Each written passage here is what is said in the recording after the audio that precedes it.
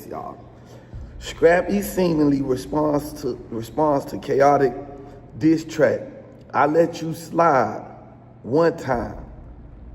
Keep playing, and he gon', you know. I gave you a word, like I gave you all of gave you a word, pussy. Since you wanna keep saying my name, you wanna keep using me and my family, you wanna keep using me. And when I tell you I don't wanna rock with you no more, I really mean it, nigga, I don't wanna rock with you no more. Yeah, fuck friends, I want business partners. Cause these fake ass friends don't got shit to offer. Niggas say that he gon' ride, he gon' slide, that he 10 toes down, but turn around and then switch up on you.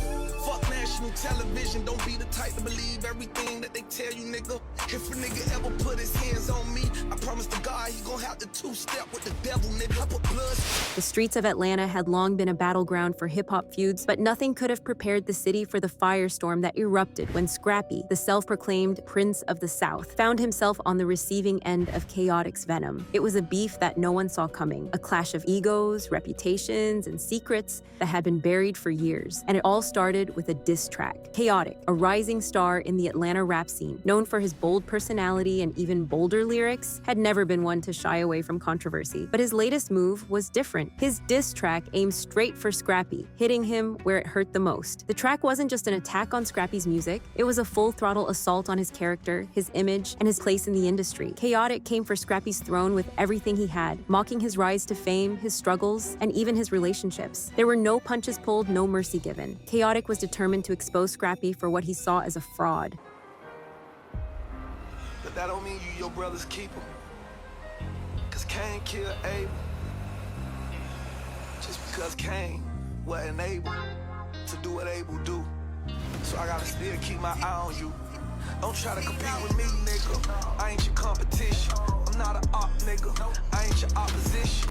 Scrappy, known for his resilience and larger-than-life persona, wasn't going to let Khaotic's words slide. He had built a reputation for himself in the rap game, and no one, not even a newcomer like Khaotic, was going to come for him without a response. But Scrappy's reaction wasn't just a casual clapback. This was his chance to show the world that he was still in control of his narrative. He hit back quickly, releasing his own diss track that went after Khaotic's credibility and his rise in the industry. Scrappy's bars were sharp and witty, as he threw jabs at Khaotic's lack of respect for the legends in the game. The track was full of bravado, laced with the energy of a man who had fought to stay on top and wasn't ready to be dethroned by anyone, especially not someone like Khaotic. For a brief moment, it seemed like Scrappy had regained the upper hand, but Khaotic was far from finished. In fact, he was just getting started. Khaotic knew that the battle wasn't just about who could spit the hardest bars. It was about who could reveal the most about the other, who could expose the darkest corners of their opponent's life and career. And that's exactly what Khaotic did next. The day after Scrappy dropped his response, Khaotic released a follow-up track that completely shattered Scrappy's defenses. I'll beat you in. Hey, I'll beat you anywhere. Nah, I ain't doing it for no money, none of that. I really want to put hands on you just, but I'm scared it might hurt you because you got real heart problems. You know what I'm saying? You got. This time, Khaotic wasn't just attacking Scrappy's skills or his character. He went for the jugular. He unleashed a barrage of personal details, things that Scrappy had worked hard to keep under wraps. Khaotic rapped about Scrappy's troubled relationships, the cracks in his family life, and his struggles behind the scenes. He even made reference to past controversies involving Scrappy, from his tumultuous time on Love and Hip Hop Atlanta to his fractured relationships with industry peers. But it wasn't just the personal details that made Khaotic's track so devastating. It was the way he told the story, the way he exposed Scrappy's flaws with precision and cold calculation. Khaotic didn't just speak in vague terms, he painted a vivid picture of Scrappy's life, one that no one had seen before. He made Scrappy's vulnerability a focal point, exposing the very things that Scrappy had fought so hard to keep hidden. I probably went too hard or something, took something the wrong way or something like that, you know? So I want to say, I'm sorry to Khaotic, you know what I mean? We're getting somewhere. We're getting somewhere. We're not. Cause I can give a So let me tell you something. When a mother over me and he feel like I'm not a good person, I feel the same way Khaotic feel. So we on the same page. No, but he does not feel that way. He just said it. He said, hey, if you feel like I'm not a good person in your life, then you need to stay like that, and I'm gonna stay like that. And we gonna stand on it. No! Let's stand on it. No! He gonna stand on it. No, he did not. Stop. He did not say that. What I said was, if you feel like I'm a bad person to you, then Okay, but this is not about that right now. This is about you. How do you feel about him? I never said I had a problem with him. No, this what he do. This what he do. He say something crazy, and he be like, oh, I ain't got no beef. I ain't got no stuff. Khaotic always try to play a victim. He'll start some then he want to be like, I don't want no beef, man. If you got an issue, stand on it. If not, sit down and shut the up, bro. At the end of the day, like I said, bro, it don't even really matter. Cuz gonna try to goddamn, he want everybody to be like, oh my God. No, because we're so grown, we can really make an assessment of our own thoughts here. I'm actually I be watching cuz I be like, oh. Okay, so wait. You know what your problem is? I ain't got no problem with my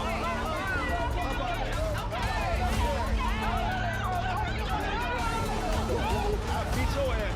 You had a million times to do it. Do it now. Why you like that you get on TV to do it? You're a TV man. You a clown. You got a problem with me. You a talker. Keep talking that boy. He's a